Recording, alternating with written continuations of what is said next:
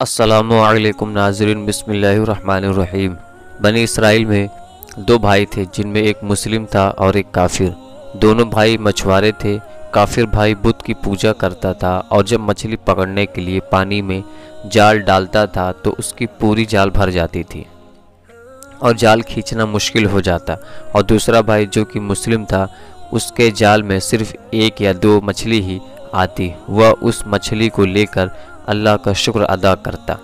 ایک بار اس مسلم مچھوارے کی بیوی اپنے چھت پر گئی تو اس کی نظر کافر مچھوارے کی بیوی پر گئی جو اچھے کپڑے اور اچھے زیور پہنے ہوئے تھی۔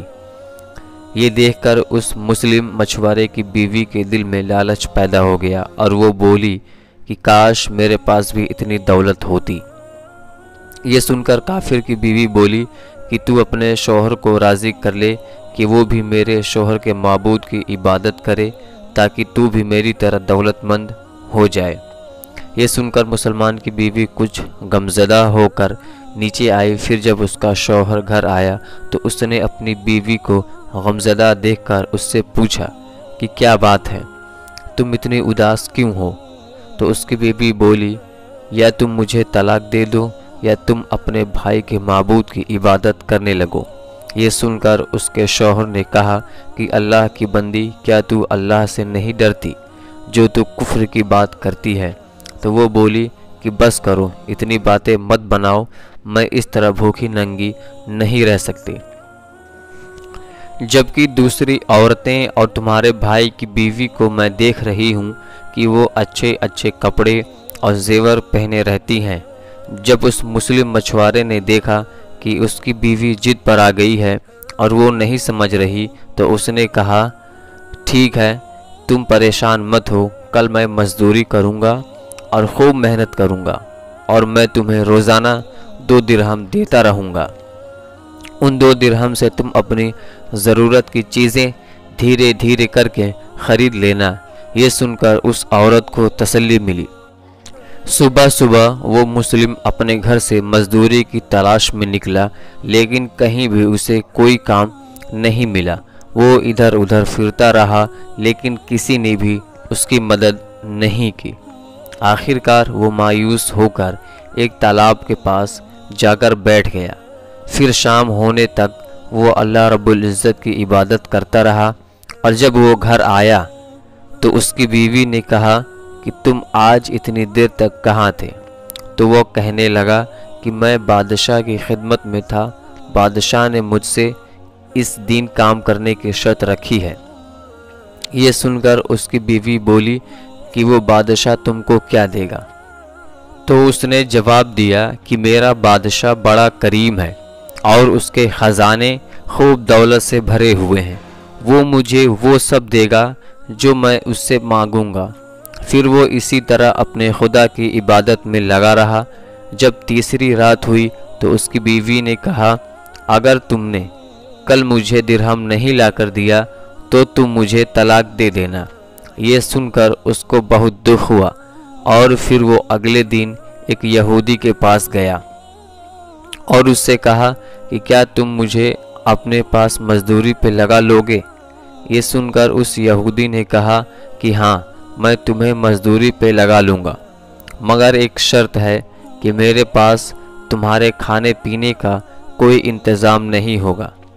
یہ سن کر اس نے اس یہودی کی شرط مان لی اور روزے کی نیت کر کے وہ اس کے ساتھ مزدوری پہ چلا گیا۔ ادھر دوسری طرف ایک آدمی اس کی بیوی کے پاس گیا اور اس کا دروازہ کھٹکھٹایا تو اس کی بیوی باہر نکلی۔ تو اس آدمی نے اس کی بیوی کو 29 اشرفی دیے اور اس سے کہا کہ یہ تمہارے شوہر کی مزدوری ہے۔ تمہارا شوہر 29 دن سے بادشاہ کی خدمت میں تھا اور پھر تمہارے شوہر نے بادشاہ کو چھوڑ دیا۔ اگر وہ 30ویں دن بھی بادشاہ کی خدمت میں جاتا تو اسے بہت کچھ مل جاتا، لیکن وہ ایک یہودی کے پاس چلا گیا۔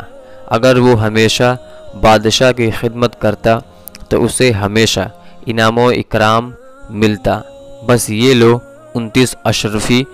اگر وہ آج بھی آتا تو 30 اشرفیاں ملتی۔ پھر وہ عورت ان میں سے ایک اشرفی لے کر بازار گئی اور ایک سنار کو وہ اشرفی دکھایا، تو اس سنار نے اس اشرفی کے بدلے 1000 درہم دیے۔